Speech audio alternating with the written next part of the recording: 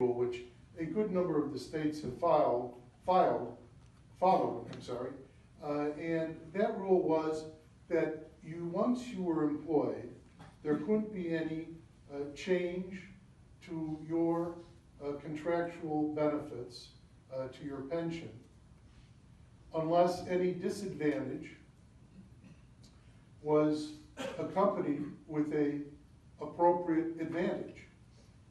And therefore, once you were employed, you continued to receive your pension benefits unaltered until you retired.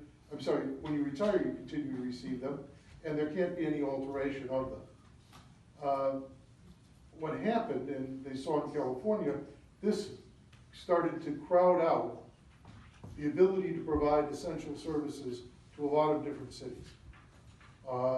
The obligation to pay for the pension obligation at times started out, pension payments were 25% of the salaries, and then it raised to 50%.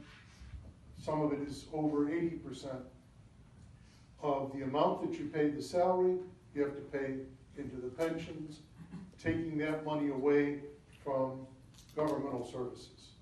And even when the workers and the municipality were trying to work something out, they found themselves in a difficult problem over the California rule. There's now some litigation. There's 5 cases out in California there where the appellate court, it's now up before the Supreme Court, is going to make a change to that and basically say that you're entitled to a reasonable pension.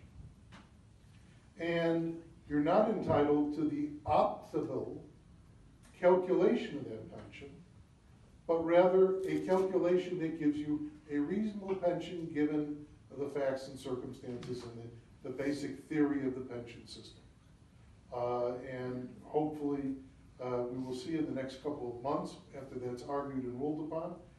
The California rule, which started out in California and has spread to about 20-some states, has been rolled back in a good number of states.